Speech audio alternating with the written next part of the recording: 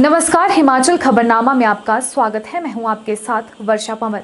सबसे पहले नजर डालते हैं कुछ खास सुर्खियों पर।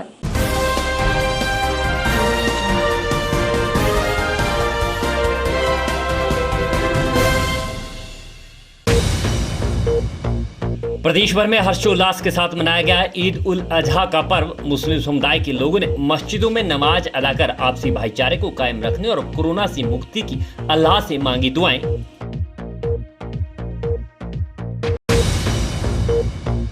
मुख्यमंत्री जयराम ठाकुर ने कहा, राज्य सरकार प्रदेश के कर्मचारियों के कल्याण के लिए है प्रतिबद्ध।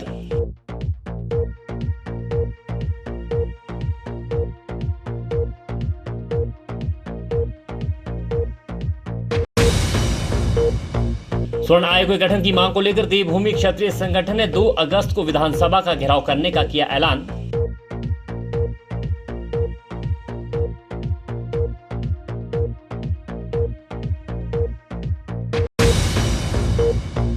राज्य रेड क्रॉस सोसाइटी की अस्पताल कल्याण शाखा की अध्यक्षा डॉक्टर साधना ठाकुर ने रेड क्रॉस सोसाइटी के प्रदेश स्तरीय वन महोत्सव का किया शुभारंभ। जाखू मंदिर के मुख्य द्वार पर अखरोट का पौधा किया रोपित।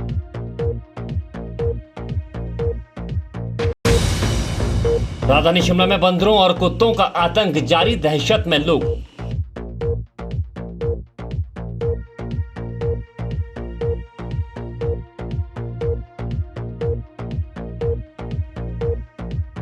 सुर्खियों के बाद अब खबरें विस्तार से। राज्य सरकार प्रदेश के कर्मचारियों के कल्याण के लिए प्रतिबद्ध है और कर्मचारियों की उचित मांगों को समय समय पर पूरा किया गया है। यह बात मुख्यमंत्री जयराम ठाकुर ने ओक ओवर में अध्यक्ष अश्विनी ठाकुर के नेतृत्व में भेंट करने आए हिमाचल प्रदेश अराजपत्रित कर्मचारी संघ के प्रतिनिधि मंडल को संबोधित करते हुए कही। मुख्यमंत्री ने कहा कि कर्मचारी किसी भी सरकार की रीढ़ होते हैं और प्रदेश सरकार की नीतियों और कार्यक्रमों के प्रभावी क्रियान्वयन में महत्वपूर्ण भूमिका निभाते हैं। मुख्यमंत्री जयराम ठाकुर ने कहा कि कर्मचारी किसी भी सरकार के स्तंभ होते हैं जिसके कंधों पर सरकार की नीतियां कार्यान्वित करने का दायित्व होता है। मुख्यमंत्री ने कहा कि कर्मचारियों ने प्रदेश में कोविड-19 के प्रभावी प्रबंधन में अहम भूमिका निभाई है। उन्होंने कहा कि कोरोना महामारी के बावजूद राज्य सरकार ने सुनिश्चित किया है कि कर्मचारियों को देय भत्ते समय समय पर मिलते रहे। उन्होंने कोरोना महामारी के संकट के दौरान भी राज्य सरकार के साथ खड़े रहने के लिए प्रदेश के कर्मचारियों का आभार व्यक्त किया।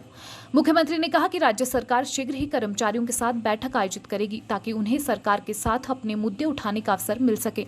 उन्होंने संघ को आश्वासन दिया कि राज्य सरकार कर्मचारियों के उचित मुद्दों का सौहार्दपूर्ण तरीके से निवारण करने का प्रयास करेगी, क्योंकि सरकार कर्मचारियों के साथ सौहार्दपूर्ण संबंध बनाए रखना चाहती है। मुख्यमंत्री ने कर्मचारियों से निष्ठा और प्रतिबद्धता से कार्य करने का आग्रह किया ताकि हिमाचल प्रदेश को देश का आदर्श राज्य बनाया जा सके। उन्होंने संघ के सदस्यों को आश्वासन दिया कि कर्मचारियों के हितों को सुरक्षित किया जाएगा, क्योंकि वे सरकार का अहम हिस्सा है। अब आने वाले समय के लिए जो संगठन का अपना ढांचा जो है, जो हमारी अराजपत्रित कर्मचारी महासंघ का जो पूरा संगठन नेटवर्क जो बनेगा, उसमें सभी वर्गों के साथ और यहाँ तक के जो अलग अलग नेतृत्व अलग अलग परिस्थितियों में है, उनसे भी चर्चा करके बातचीत करके कि हम कैसे मिलकर के आगे बढ़ सकते हैं। लक्ष्य तो हमारा एक है कि कर्मचारियों का हित हो। लक्ष्य तो हमारा ये है कि प्रदेश के विकास में हम कंट्रीब्यूट कर सके, सहयोग कर सके, साथी बन करके मदद करने के लिए उसमें क्या सहयोग दे सकते हैं। और हिमाचल प्रदेश की सरकार की नीतियों को आम जनता तक पहुंचाने के लिए, उसका लाभ पहुंचाने के लिए हम किस प्रकार से काम कर सके, यही हमारे लक्ष्य है।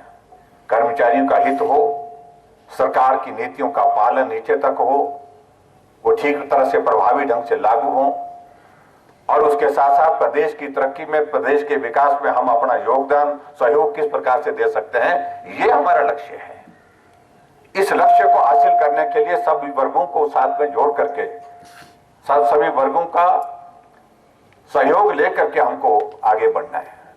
और उस दृष्टि से मैं समझता हूं कि आप लोग जल्दबाजी करने की भी जरूरत नहीं। आप बैठें, चर्चा करें, किसको क्या दायित्व देना है, किस प्रकार से उनका इन्वॉल्वमेंट लेना है, किस प्रकार से उनका सहयोग लेना है, ये बातें सारी आप चर्चा करने के बाद तय करें और उसके बाद फिर हम आगे बढ़ करके उसके लिए हम काम करें।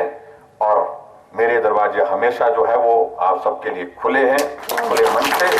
और हम यही चाहेंगे कि हम हिमाचल प्रदेश, जो एक छोटा प्रदेश होने के बावजूद आज पूरे राष्ट्रीय मानचित्र पर एक अलग पहचान के साथ खड़ा होता दिख रहा है, और ऐसे में हिमाचल की पहचान और पुख्ता करें और मजबूत करें, उसमें आप सबके सहयोग की बहुत बड़ी एक आवश्यकता है। उसमें आप सबके सहयोग के साथ आपकी भूमिका भी बहुत महत्वपूर्ण है। परीक्षा के दौर में से हम लोग पिछले विधानसभा के दौरान के बाद जो है लोकसभा के चुनाव, उपचुनाव और सारे दौर में से आगे बढ़कर के सफलतापूर्वक अपने लक्ष्य की ओर बढ़ रहे हैं। उसमें हम साथी बने, उसमें हम सहयोगी बने। किस रूप में हम सरकार का सहयोग कर सकते हैं, किस रूप में हम सरकार के सहयोगी बनकर के साथ चल सकते हैं, किस प्रकार से हम सरकार को मजबूत करने में अपना योगदान दे सकते हैं, ऐसी सारी बातों को लेकर के आप चर्चा करने की दृष्टि से आप समय निकाल करके बैठें और बैठ करके आप आगे बढ़ें। मैं आप सबके बीच में यही कहना चाहूंगा। हिमाचल प्रदेश अराजपत्रित कर्मचारी संघ के अध्यक्ष अश्वनी ठाकुर ने मुख्यमंत्री को आश्वासन दिया कि राज्य में संपूर्ण एवं संतुलित विकास सुनिश्चित करने के लिए कर्मचारियों द्वारा उन्हें पूरा सहयोग प्रदान किया जाएगा। उन्होंने मुख्यमंत्री से जेसीसी की बैठक को बुलाने का भी आग्रह किया ताकि कर्मचारी अपने विभिन्न मुद्दे एवं मांगे सरकार के समक्ष रख सकें। एनपीएस है, 4/9/14 है, जो कॉन्ट्रेक्चुअल पीरियड है वो रिड्यूस होना है, कॉन्ट्रेक्चुअल सीनियरिटी का मुद्दा है। अभी गवर्नमेंट ऑफ इंडिया ने जो डीए फ्रीज किया था वो भी रिलीज़ कर दिया है गवर्नमेंट ऑफ इंडिया के एम्प्लॉय को। तो इस तरह की बहुत सारी मांगे हैं। हम बड़े जल्दी शीघ्र से ही एक कार्यकारिणी का विस्तार करेंगे, राज्य स्तर पर, जिला स्तर पर आपसी समन्वय बिठा के मिलजुल के। उसके बाद एक डिमांड चार्टर बनाएंगे। हम बड़े जल्दी सरकार से जेसीसी के लिए तिथि मांगेंगे, डेट मांगेंगे और उस पर हम हर इशू पे चर्चा करेंगे और स्ट्रांगली हम सरकार के समक्ष कर्मचारियों की मांग रखेंगे। माननीय मुख्यमंत्री महोदय भी कह चुके हैं कि वो कितने पॉजिटिव है कर्मचारियों के प्रति। काफ़ी वर्षों से कर्मचारियों के साथ जो मांगे हैं और नहीं हो पाया, 1.5 साल से कोई काम नहीं हो पाया, तो अब वक्त आ गया है कि कर्मचारियों को अपने हितों के लिए सरकार के सामने मिलजुल के सामूहिक प्रयास करना है और हर संभव अपनी मांगे मनवाने का हम प्रयास करेंगे। राज्य रेड क्रॉस सोसाइटी के प्रदेश स्तरीय वन महोत्सव का शुभारंभ राज्य रेड क्रॉस सोसाइटी की अस्पताल कल्याण शाखा की अध्यक्षा डॉक्टर साधना ठाकुर ने जाखू मंदिर परिसर के मुख्य द्वार पर अखरोट का पौधा रोपित कर किया।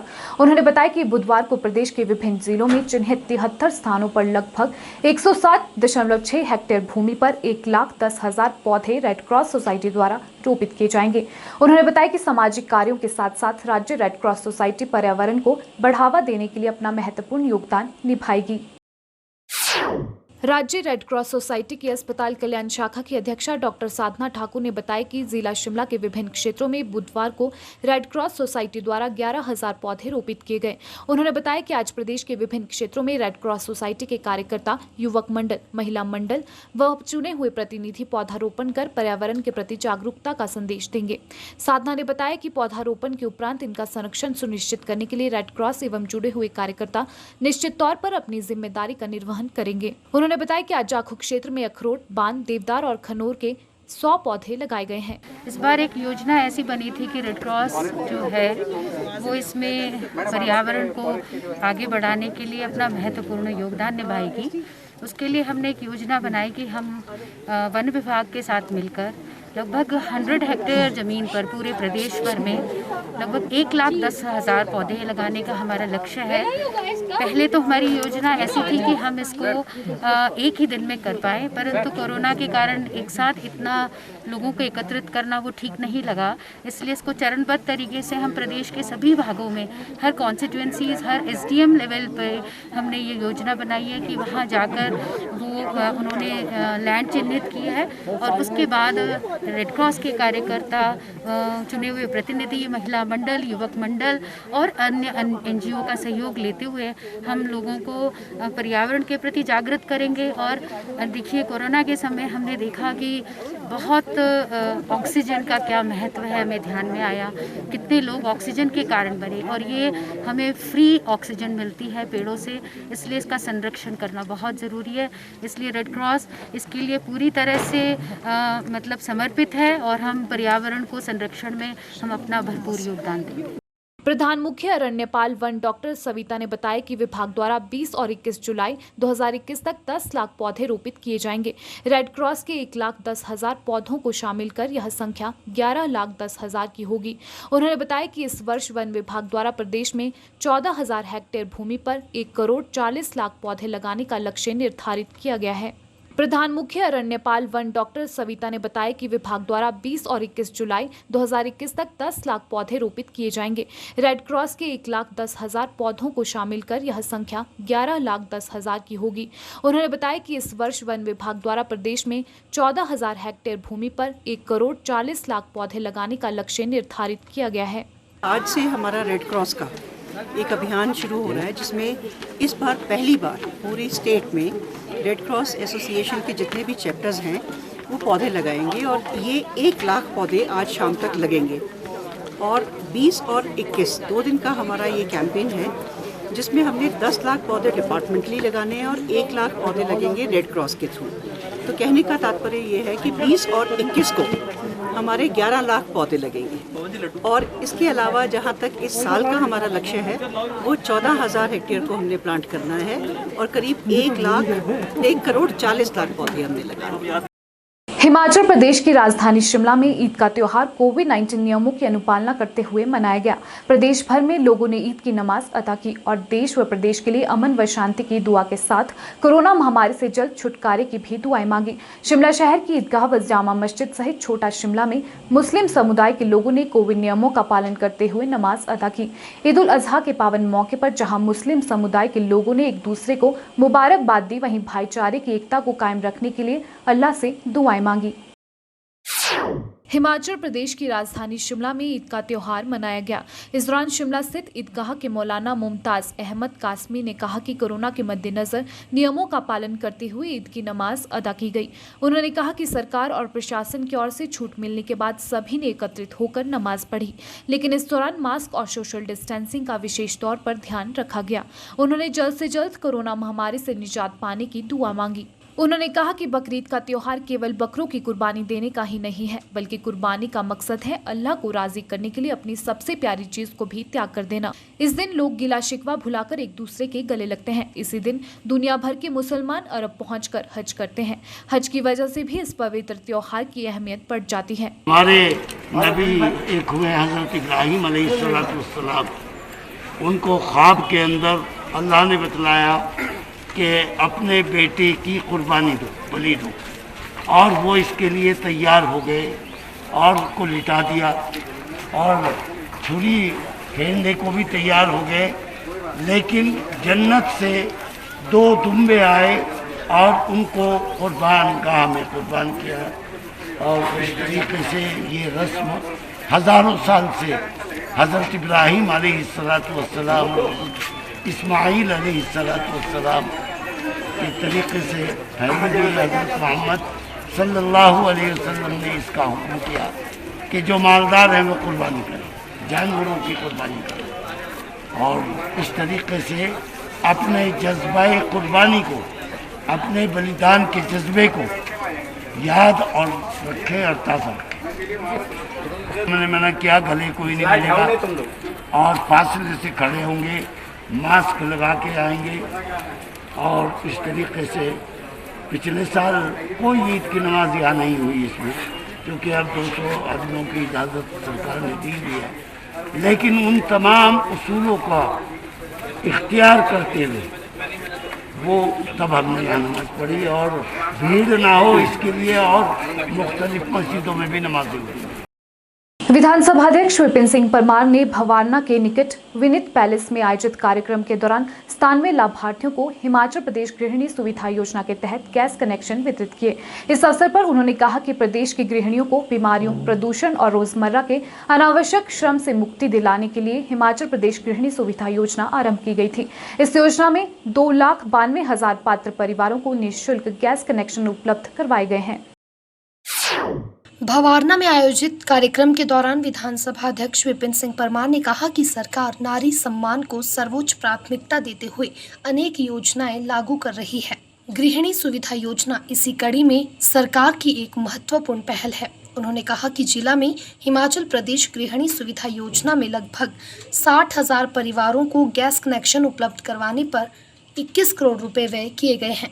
उन्होंने कहा कि सुलह हलके में अब तक 3400 परिवारों को गैस कनेक्शन उपलब्ध करवाए जा चुके हैं और इस पर 1 करोड़ 17 लाख रुपए व्यय किए गए हैं।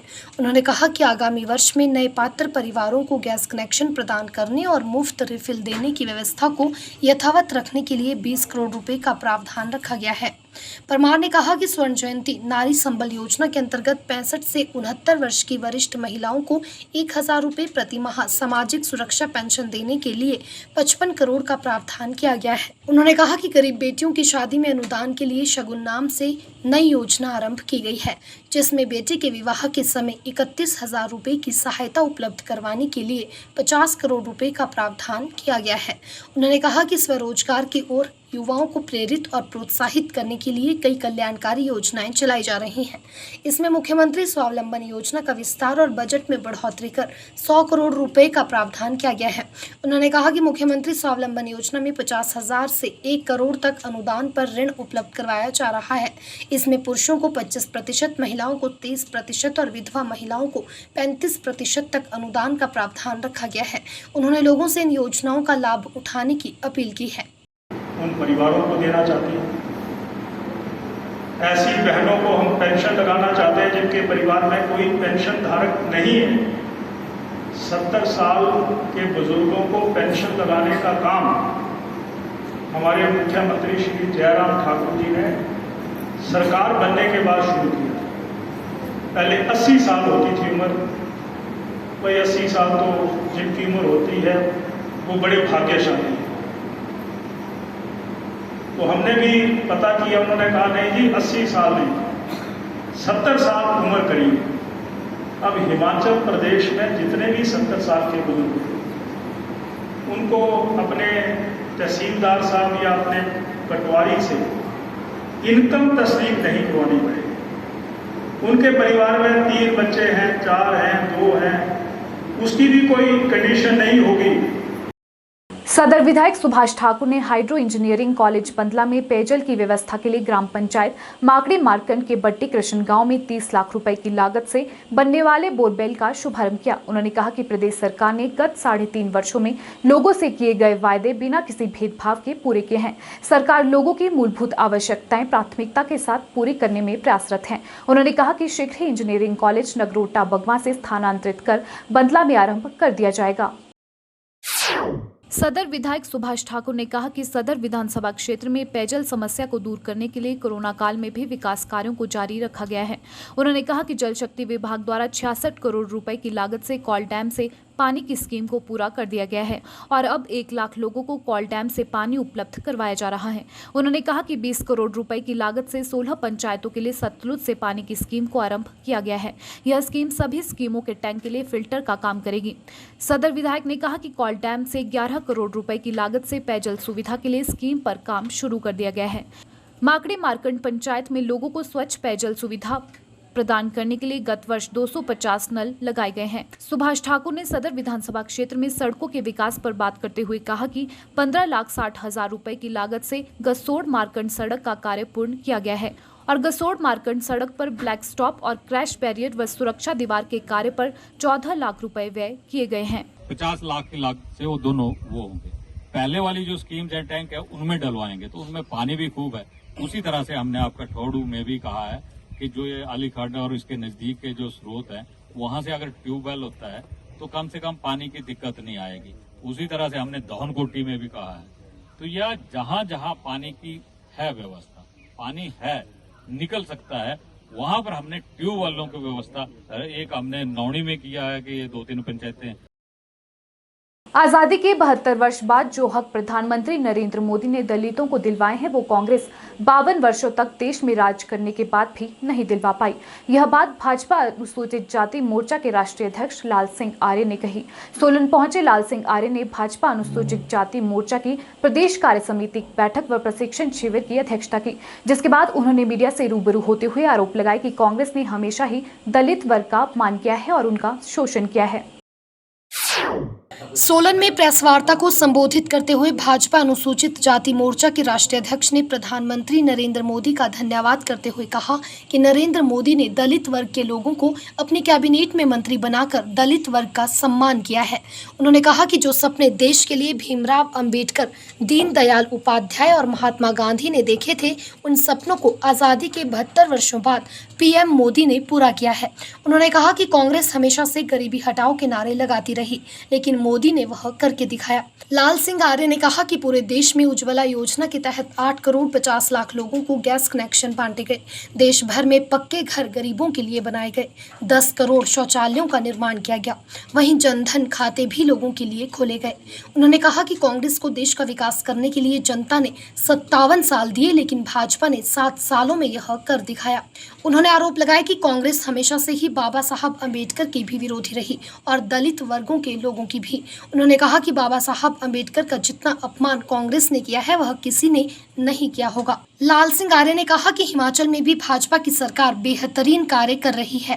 भाजपा के कार्यकर्ता कोरोना संकट काल में गरीब और जरूरतमंद लोगों की सहायता कर रहे हैं। उन्होंने कहा कि आगामी 2 दिनों तक चलने वाली इस बैठक में रणनीति बनाकर कार्यकर्ताओं को ये संदेश दिया जाएगा कि सत्ता और राजनीति चलती रहेगी, लेकिन लोगों का विकास करना हमारी पहली प्राथमिकता है। उन्होंने कहा कि पीएम नरेंद्र मोदी देश के करोड़ों दलितों का सम्मान करते हैं, लेकिन कांग्रेस ने हमेशा ही लोगों का अपमान किया है। उन्होंने कहा कि जिस तरह से राजस्थान में दलित वर्गों पर जुल्म हुए, उस दौरान सभी दल मौन रहे, उसी तरह बंगाल में भी दलितों पर जुल्म होते रहे, लेकिन कांग्रेस दलितों को वोट बैंक के रूप में इस्तेमाल करती रही। उन्होंने कहा कि भाजपा की सरकार हमेशा से ही दलितों के साथ खड़ी रही है और उनके विकास के लिए कार्य करती आई है। पार्टी के आइडियोलॉजी से रिलेटेड कुछ विषय भी संगठन के द्वारा लिए जाते हैं और उसी के तहत मेरा हिमाचल में आना हुआ है। मुझे खुशी है कि हमारा जो मोर्चा है हिमाचल का बहुत अच्छा काम कर रहा है। नीचे मतदान केंद्र तक उन्होंने अपनी टीम बहुत सशक्त खड़ी की है। मैं आपके माध्यम से आदरणीय नरेंद्र मोदी जी को भी बधाई देना चाहता हूँ और आभार व्यक्त करना चाहता हूँ कि पहली बार आज़ादी के बाद उन्होंने अनुसूचित जाति के 12 मंत्री अपने सरकार में बनाए हैं। सबसे ज़्यादा एसटी के मंत्री बनाए हैं पहली बार। सबसे ज़्यादा महिला 11 मंत्री बनाई हैं पहली बार। सबसे ज़्यादा 28 पिछड़े वर्ग के मंत्री बनाए हैं। ये कुल मिलाकर नरेंद्र मोदी जी ने भारत की आत्मा का सम्मान किया है, सामाजिक समरसता का सम्मान किया है, देश की एकता का सम्मान किया है। मैं उन्हें साधुवाद अनुसूचित जाति मोर्चा की ओर से और देश के दलित भाइयों की ओर से देना चाहता हूँ। स्वर्ण आयोग के गठन की मांग को लेकर देवभूमि क्षत्रिय संगठन हिमाचल विधानसभा का घेराव करेगा। संगठन के प्रदेश अध्यक्ष रोमित सिंह ठाकुर ने कहा कि आयोग के गठन की मांग को लेकर 2 अगस्त को हजारों की संख्या में विधानसभा का घेराव करेंगे। उन्होंने कहा कि प्रदेश के 68 विधानसभा क्षेत्र में से 50 विधानसभा क्षेत्र में स्वर्ण जाति के विधायक है। उसके बाद भी किसी विधायक ने आज तक स्वर्ण जाति के लिए कुछ नहीं किया। स्वर्ण आयोग के गठन की मांग को लेकर देवभूमि क्षत्रिय संगठन ने सरकार व विपक्ष को चेतावनी दी है कि वह आयोग के गठन की मांग को लेकर 2 अगस्त को हजारों की संख्या में विधानसभा का घेराव करेंगे। यह बात क्षत्रिय संगठन के प्रदेश अध्यक्ष रोमित सिंह ठाकुर ने शिमला में आयोजित पत्रकार वार्ता के दौरान कही। रोमित सिंह ठाकुर ने कहा कि प्रदेश में 68 विधानसभा क्षेत्र में से 50 विधानसभा क्षेत्र में स्वर्ण जाति के विधायक हैं। उसके बाद भी किसी ने आज तक स्वर्ण जाति के लिए कुछ नहीं किया। रोमित ने कहा कि 2 अगस्त को देवभूमि क्षत्रिय संगठन स्वर्ण आयोग की मांग को लेकर 10 बजे चौड़ा मैदान पहुंचेगा।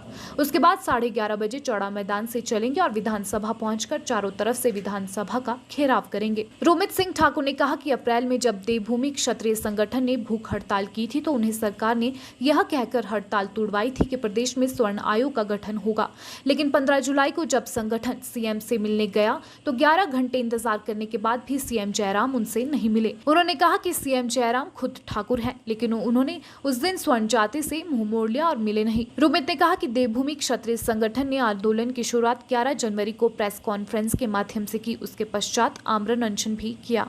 आज यहाँ पर प्रेस वार्ता के माध्यम से इस हिमाचल प्रदेश की जनता को ये संदेश देना चाहते हैं कि जिस प्रकार 15 अप्रैल को ये बात कही गई थी, जब हम मुख्यमंत्री साहब के आवास पर गए थे, प्रदेश सरकार के द्वार पर गए थे, तो हमने कहा था कि अगर प्रदेश की सरकार 20 जुलाई तक कोई स्वर्ण आयोग के गठन के बारे में कोई उचित फैसला नहीं लेती तो हम लोग एक बड़ा निर्णय हिमाचल प्रदेश में लेने वाले हैं। एक बड़े आंदोलन की घोषणा इस हिमाचल प्रदेश में देवभूमि क्षत्रिय संगठन और देवभूमि स्वर्ण मोर्चा द्वारा की जाने वाली है। और मैं आप सभी लोगों के माध्यम से ये कहना चाहता हूं कि हिमाचल प्रदेश में 2 अगस्त से विधानसभा बैठ रही है। पूरा विपक्ष, पूरी सरकार उस विधानसभा के अंदर होगी।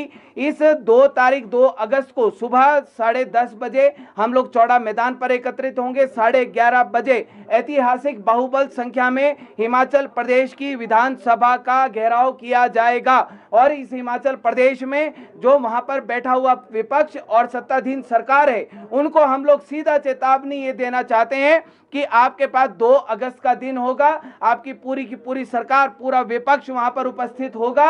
आप स्वर्ण आयोग के गठन के बारे में आप जो कोई भी आप बिल पारित करना चाहते हैं, कोई आप मंथन करना चाहते हैं, तो आपके पास पूरा का पूरा समय है। ये 9 दिन का समय भी आपको मिलता है और आप 2 अगस्त को अगर आप स्वर्ण आयोग के गठन की घोषणा नहीं करते तो आपके पूरे शिमला में ये जो उपस्थित विधानसभा है, इसको चारों तरफ से घेर लिया जाएगा।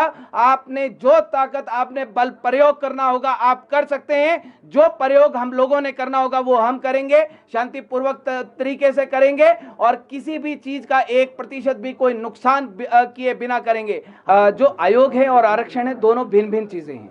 आयोग का आरक्षण से कोई लेना देना नहीं है। आयोग का काम है कि एक नीति, एक योजना तय करना, एक अधिकारों को सुरक्षित रखने के लिए एक प्लानिंग तैयार करना। जो आयोग होता है, आयोग सरकार के समक्ष उस नीति, उस योजना को रखती है कि ये समाज है, इनके साथ ये समस्या है, इसके लिए हम लोग ये नीति, ये योजना बनाना चाहते हैं। आयोग का काम वो है। आरक्षण से संबंधित आयोग का कोई लेना देना नहीं होता। इस्लाम मजहब में कुर्बानी का पर्व मनाए जाने वाले ईद उल अजहा का त्यौहार बहुत ही खास माना जाता है। बुधवार को यह पर्व पूरे देश में उत्साह के साथ मनाया गया। जिला चंबा में भी मुस्लिम समुदाय के लोगों ने कोविड नियमों की पालना करते हुए बकरीद मनाई। इस दौरान मुस्लिम लोगों ने जामा मस्जिद चंबा में नमाज अदा की और अल्लाह से देश की सलामी की दुआ की। पूरे देश में मुस्लिम भाईचारे का त्योहार ईद उल अजहा बकरा ईद बड़े ही उत्साह के साथ मनाई गई। जिला चंबा में भी मुस्लिम समुदाय के लोगों ने यह त्योहार कोविड नियमों का ध्यान रखते हुए सादगी से मनाया। जामा मस्जिद चंबा के इमाम शरीफ आलम ने बताया कि ईद उल अजहा का त्योहार बड़े ही सादे ढंग से मनाया जा रहा है। उन्होंने कहा कि कोरोना वायरस की वजह से चौगान नंबर 5 में ईद की नमाज अदा नहीं कर पाए, इसलिए सीमित लोगों के साथ ही मस्जिद में नमाज अदा की गई। उन्होंने कहा कि कोरोना का खतरा अभी टला नहीं है, इसलिए लोगों को कोविड नियमों का पालन सख्ती से करना चाहिए। आज ईद उल अजहा यह जामा मस्जिद ज़िला चंबा में कोविड-19 के गाइडलाइंस और सरकार की हिदायत के मुताबिक नमाज ईद उल अजहा अदा की जा रही है। इसको क़ुरबानी की भी ईद कहते हैं और यह यहाँ मुख्तसर से वक्तों में 10-15 मिनट में ईद उल अजहा की नमाज अदा की गई और सरकार के गाइडलाइन और हिदायत के मुताबिक सोशल डिस्टेंसिंग यानी दूरियों के मुताबिक रहकर नमाज अदा की गई। पहले तो मैदान में चौगान में अदा करते थे, लेकिन अब जब ये महामारी है तो ये मुनासिब बात नहीं है कि वहाँ अदा की जाए और इसी वजह से यहाँ मुख्तसर सी जमात करके जामा मस्जिद ज़िला चंबा में ईद की नमाज अदा की जा रही है। वहीं जामा मस्जिद के सदर इसरार अली शाह ने बताया कि कोविड नियमों का पालन करते हुए उन्होंने जामा मस्जिद चंबा में नमाज अदा की और अल्लाह ताला से यह दुआ की कि कोरोना महामारी से पूरे देश को निजात मिल जाए। आप सभी चंबा वासियों को और हिंदुस्तान के लोगों को ईद की बहुत बहुत मुबारकबाद देना चाहता हूँ। और आज हमने बिल्कुल जो सरकार की गाइडलाइन से उसके तरीके से हमने ईद की नमाज अदा की है और ज़्यादा लोगों से हमने ये अपील की है कि अपने घरों में ईद की नमाज़ पढ़ें और सोशल डिस्टेंसिंग का ध्यान रखें।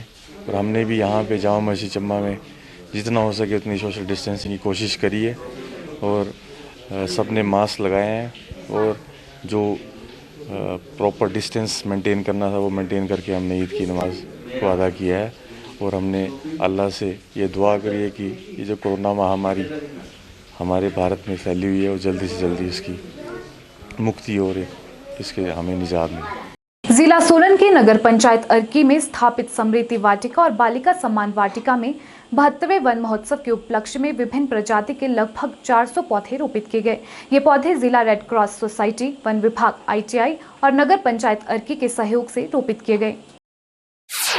जिला सोलन के नगर पंचायत अर्की में स्थापित समृद्धि वाटिका और बालिका सम्मान वाटिका में लगभग 400 पौधे रोपित किए गए।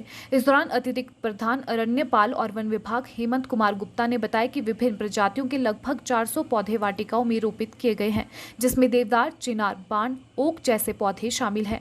उन्होंने कहा कि रेड क्रॉस, ITI और नगर पंचायत अर्की के सहयोग से आज का आयोजन सफल रहा है। उन्होंने कहा कि बालिका वाटिका में 50 पौधे रोपे गए हैं, जिसमें बाल विकास कार्यालय से आंगनबाड़ी कार्यकर्ता द्वारा छोटे बच्चों के नाम के पौधे भी रोपे गए। आज हम 72वां वन महोत्सव बना रहे हैं, जो हमने अर्की में जो है जो उसका आज पौधारोपण किया है, जिसमें आज माननीय राज्यपाल ने और मिसेस CM की सहायता से रेड क्रॉस सोसाइटी की जो अध्यक्ष हैं और उपाध्यक्ष हैं उनके साथ से पौधारोपण किया है। और इसमें हमने बाल वाटिका से इसका बेटी उसका भी पौधारोपण किया है, जिसमें हमने यहाँ पर चिनार के पौधे लगाए हैं। इसके अलावा देवदार, बान, मोरू के भी पौधे रोपित किए हैं ताकि इसका होता है। और 400 पौधे जो हमने आज जो 1 हेक्टेयर का जो लक्ष्य जो है इस रेड क्रॉस के किया है। और जो यहाँ पर बाल वाटिका का है तो हमने यहाँ पर कम से कम 50 पौधे जो है हम यहाँ पर जो बेटियाँ आई हैं इनकी सहायता से लगा रहे हैं। और हमारा ये पूरे प्रदेश में कार्यक्रम है, जो ये जो रेड क्रॉस सोसाइटी और वन महोत्सव में इसके सहायता से हम 1 लाख पौधे पूरे प्रदेश में रोपित करने जा रहे हैं। आज जो ये पौधारोपण कार्यक्रम वन महोत्सव के उपलक्ष्य में किया गया, इसमें नगर पंचायत अर्की के अध्यक्ष, उपाध्यक्ष और सभी वार्ड मेंबर तथा देवदार समिति के सभी सदस्यों के सहयोग से ये जो कार्यक्रम आयोजित किया गया, जिसमें सभी का पूर्ण सहयोग रहा और उनके माध्यम से ही ये ताकि उनकी जो है भागीदारी जो है ना सुनिश्चित की जा सके कि आगे को जो प्लांटेशन ये मेंटेन होगी, प्लांट मेंटेन होंगे तो उसके सौजन्य से किया जाएगा। वहीं नगर पंचायत के अध्यक्ष अनुज गुप्ता ने पौधारोपण अभियान की सराहना की व विभाग व अन्य उपस्थित अधिकारियों का आभार व्यक्त करते हुए कहा कि इस प्रकार के पौधारोपण कार्यक्रम होते रहने चाहिए। उन्होंने वन विभाग, ITI व अर्की के लोगों का इस आयोजन को सफल बनाने के लिए धन्यवाद किया। 72वां वन महोत्सव मनाया गया जिला रेड क्रॉस सोसाइटी और प्रदेश रेड क्रॉस सोसाइटी के माध्यम से, जिसमें हमारे गुप्ता जी शिमला से आए थे और DFO साहब बिहार से और CDPO ऑफिस अर्की जो यहाँ पर नोडल ऑफिसर SDM अर्की ने रेड क्रॉस के जो अध्यक्ष हैं अर्की उपमंडल के, उन्होंने इनको बनाया था।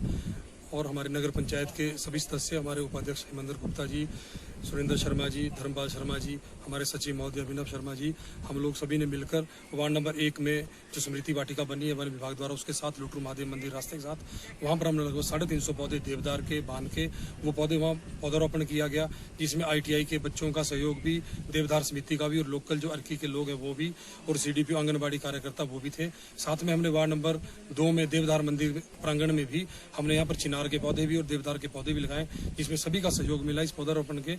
और अर्की नगर पंचायत में ये इस वर्ष का इस 72वें जो वन महोत्सव प्रदेश स्तर पर मनाया जा रहा है, उसका ये पहला पौधारोपण था। इसमें हम कोशिश करेंगे हर सप्ताह हम अर्की में ही पौधारोपण इस तरह से करते रहें, अलग अलग तरह के क्लबों को मिलाकर, ताकि हमारा पर्यावरण और सुंदर और व्यवस्थित बन सके। देहरा में भाजपा संगठन को और अधिक मजबूती देने के लिए देहरा भाजपा ने कवायद शुरू कर दी है। इसी के तहत भाजपा के दिग्गज नेता, पूर्व मंत्री व देहरा के पूर्व विधायक रविंदर रवि ने हरिपुर ग्राम केंद्र में पार्टी के बूथ अध्यक्षों, बूथ पालकों व कार्यकर्ताओं के साथ मंडल अध्यक्ष निर्मल सिंह की अध्यक्षता में बैठक की। इस दौरान रविंदर रवि ने कहा कि देहरा में आज जितनी भी विकास की परियोजनाएं चल रही हैं, उसमें अधिकतर परियोजनाएं उनके कार्यकाल की स्वीकृत करवाई हुई हैं।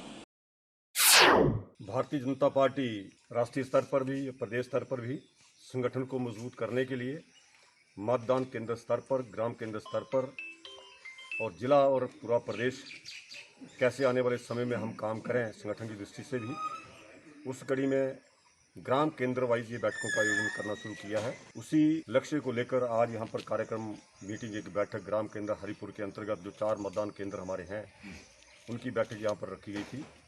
उसी लिए यहाँ पर हम आए कि संगठन को मजबूती आने वाले समय के लिए संगठन कैसे काम करे, विभिन्न मोर्चे, प्रकोष्ठ और भारतीय जनता पार्टी मिलकर सारे संगठन के काम आगे बढ़ाएं, यही चर्चा आज की गई। ये एक निरंतर चलने वाली प्रक्रिया होती है विकास, और विकास में चुने हुए प्रतिनिधि की जिम्मेवारी बनती है कि विकास को कभी राजनीति के साथ जोड़ना नहीं चाहिए। यहाँ सभी को मालूम है कि यहाँ विभिन्न परियोजनाएं, चाहे पेयजल की परियोजना, चाहे सिंचाई की परियोजना, चाहे सड़कों का विस्तार है। इसके ऊपर जो कार्यकाल जब मैं पहली बार यहाँ से चुनाव लड़ा 2012 में, वो कार्यकाल 2012 और 2017 के बीच का 5 साल में मैंने इन दोनों डिपार्टमेंटों के अंतर्गत प्राथमिक अपनी डाली थी। उस कड़ी में आज स्वीकृतियाँ काफ़ी ज़्यादा हुई है, नाबार्ड के माध्यम से भी, प्रधानमंत्री ग्राम सड़क योजना के माध्यम से भी, और भारत सरकार ने भी काफ़ी यहाँ पर जो एक जल जीवन मिशन प्रधानमंत्री का बहुत बड़ा एक कार्यक्रम पूरे देश में 19 करोड़ परिवारों को नल उपलब्ध कराने का कार्यक्रम चला है। उस कड़ी में ये कार्यक्रम सारे चले हैं।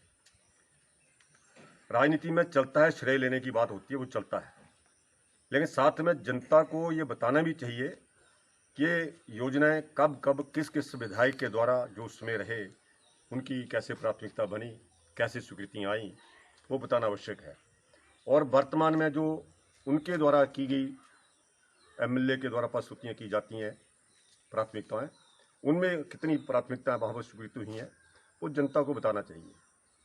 यहाँ की तमाम योजनाएं, चाहे वो गुलेर खैरिया की पेयजल योजना हो, चाहे वो धार धंगड़ की पेयजल योजना हो, चाहे वो बिलासपुर सकड़ी की पेयजल योजना हो, या अन्य जिसका चलन है यहाँ पर पूर्व के मुख्यमंत्री दुनिया में रहे नहीं, वीरभद्र सिंह जी ने बनखंडी में किया था। 19 पंचायतों को 24 करोड़ रुपये उसमें नाबार्ड से मैंने स्वीकृत कराया था। हिमाचल प्रदेश में मानसून की बारिश आफत बन चुकी है। बारिश से कई जगह भूस्खलन होने से भारी नुकसान हुआ है। बुधवार को कंडाघाट के साथ लगते डेढ़ खराट में 4 लेन निर्माण के लिए की जा रही कटिंग के दौरान NH5 पर अचानक पहाड़ी दरक गई। पहाड़ी का सारा मलबा सड़क पर आ गिरा। मलबा गिरने से सड़क पूरी तरह से यातायात के लिए बाधित हो गई। गनीमत यह रही कि इस दौरान कोई बड़ा हादसा नहीं हुआ। कंडाघाट के साथ लगते डेढ़ खराट के 4 लेन निर्माण के लिए की जा रही कटिंग के दौरान NH5 पर अचानक पहाड़ी दरक गई। भूस्खलन होने से सड़क के दोनों ओर गाड़ियों की लंबी कतारें लग गई। वहीं 4 लेन निर्माता कंपनी के कर्मचारी और पुलिस प्रशासन ने भी मौके पर पहुंचकर सड़क से मलबे को हटाया ताकि सड़क से गुजर रहे लोगों की सुरक्षा को सुनिश्चित किया जा सके। करीब 1 घंटे के बाद 4 लेन निर्माता कंपनी के कर्मचारियों ने सड़क से मलबा हटाकर दोनों ओर से ट्रैफिक खोलना शुरू किया। बारिश के मौसम को देखते हुए अभी भी यहाँ पहाड़ी के दरकने की संभावना बनी हुई है। इनरव्हील क्लब शिमला द्वारा महिलाओं के लिए निःशुल्क चिकित्सा शिविर का आयोजन किया गया। स्थानीय रोटरी टाउन हॉल में लगाए गए इस शिविर में विभिन्न रोगों के विशेषज्ञ चिकित्सकों ने महिलाओं के स्वास्थ्य की जांच की। शिविर में आवश्यकता अनुसार महिलाओं को निःशुल्क दवाइयां भी दी गई। रोटरी टाउन हॉल में इनरव्हील क्लब की तरफ से एक फ्री हेल्थ चेकअप कैंप लगाया गया है। ये सारे जो डॉक्टर्स आए हैं चंडीगढ़ से आए हैं और ये हमारा जैसे महिलाओं का और सभी लोगों का मतलब फुल बॉडी चेकअप करेंगे और उसके बाद ये थेरेपी देंगे साथ में ना, तो उससे ये है उम्मीद है कि लोगों को इससे काफ़ी बेनिफिट मिलेगा। और आज मेरी ये है कि कोशिश है कि आज ज़्यादा से ज़्यादा लोग आके यहाँ पे इसका फ़ायदा उठा सकें। और महिलाओं के लिए भी मतलब इन्होंने थोड़ी सी एक टॉक सी भी देनी है, उनको अपने हेल्थ और हाइजीन के लिए कुछ ये बताएंगे। भीम आर्मी भारत एकता मिशन ने विभिन्न विभागों में होने वाली नियुक्तियों में आरक्षण रोस्टर को सही ढंग से लागू करने की सरकार से मांग की है। मिशन के प्रदेश अध्यक्ष रवि कुमार ने कहा कि समाज के कुछ रूढ़िवादी लोगों द्वारा आज भी दलितों के साथ भेदभाव किया जा रहा है। इस वर्ग के लोगों को प्रताड़ित किया जा रहा है। ऐसे में दलितों के उत्थान के लिए भीम आर्मी भारत एकता मिशन का गठन किया गया है।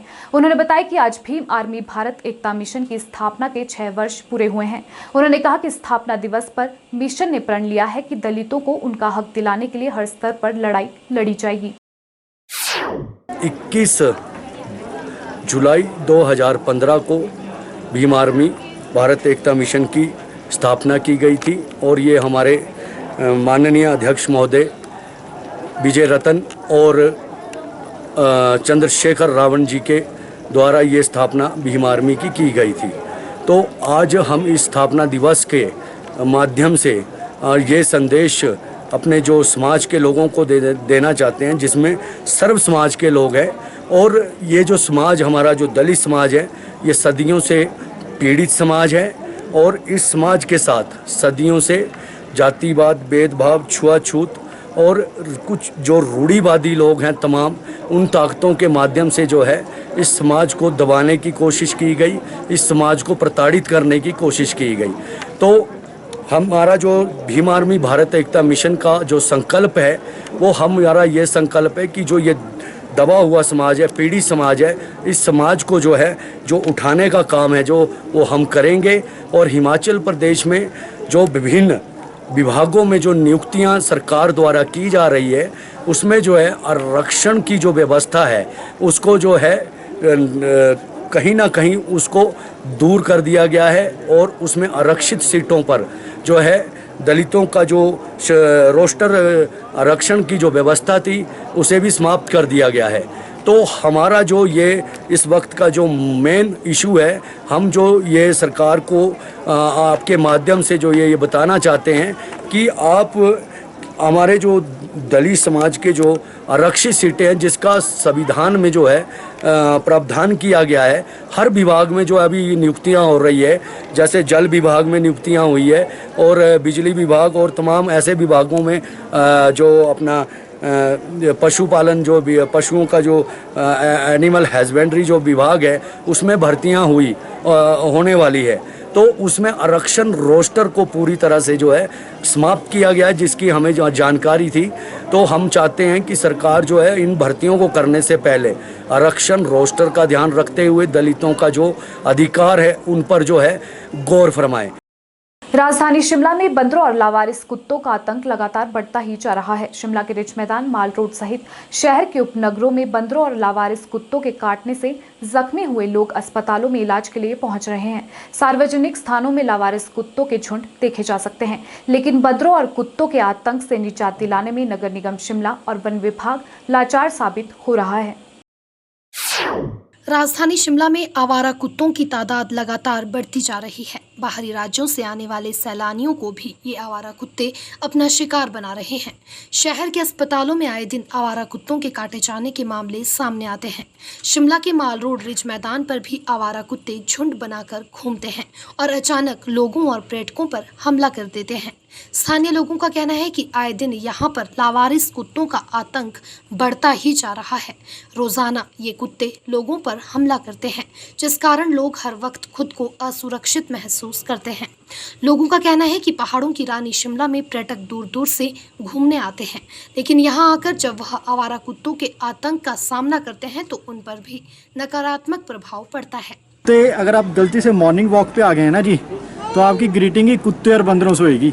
और एमसी इन दोनों चीज़ों को भूल गई भी है। उसका कर्तव्य है कि अपने नागरिकों की रक्षा करे, कुत्तों का कुछ इलाज करे, बंदरों का कुछ करे। लेकिन यहाँ पे ऐसा हो गया है कि जी वो कहते हैं कि आप अपनी रक्षा खुद करो जी, हम सिर्फ टैक्स लेंगे और नागरिकों के बारे में कुछ नहीं सोचेंगे।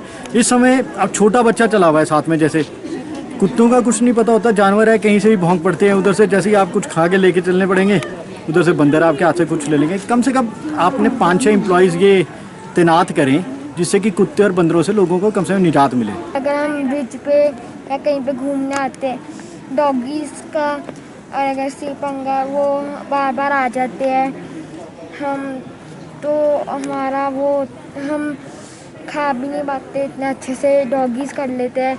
वहाँ से बंदर अगर उनकी लड़ाई हो जाए तो प्रॉब्लम वो कहीं भी आ जाते हैं। पिछले 1 महीने में तो कुछ बहुत ज़्यादा एग्रेसिव हुए पड़े हैं कुत्ते। कोई टूरिस्ट आ रहे हैं उनको भी पड़ रहे हैं, जो लोकल लोग आ रहे हैं उनको भी पड़ रहे हैं। छोटे बच्चे आते हैं उनको काट देते हैं। मतलब डेली का एक ना एक न्यूज़ होती है। हम कई बार बचा चुके हैं बाहर जाके बच्चों को कि जब पड़ते हैं कुत्ते। इनफैक्ट हमें भी लोकल लोग जो आ रहे हैं उनको भी पड़ जाते हैं। 6 बजे से लेकर रात को 9-10 बजे तक आवारा घूमे हुए हैं। ये रेन शेल्टर यहाँ लोगों की सुविधा के लिए बेंचेस थे, यहाँ आजकल हटाए हुए हैं, चलो कोई बात नहीं है। ये कुत्ते सारे बेंच पे होते हैं। इस म्यूनिसिपल कॉर्पोरेशन वालों को इसके बारे में सोचना चाहिए कुछ। दुनिया भर से यहाँ हमारे शिमला में टूरिस्ट आते हैं, कोई पंजाब का है, कोई हरियाणा का है, ऑल इंडिया लेवल के आते हैं, वो ये चीज़ देख के क्या सोचते होंगे। हिमाचल खबरनामा के इस अंक में इतना ही। नमस्कार।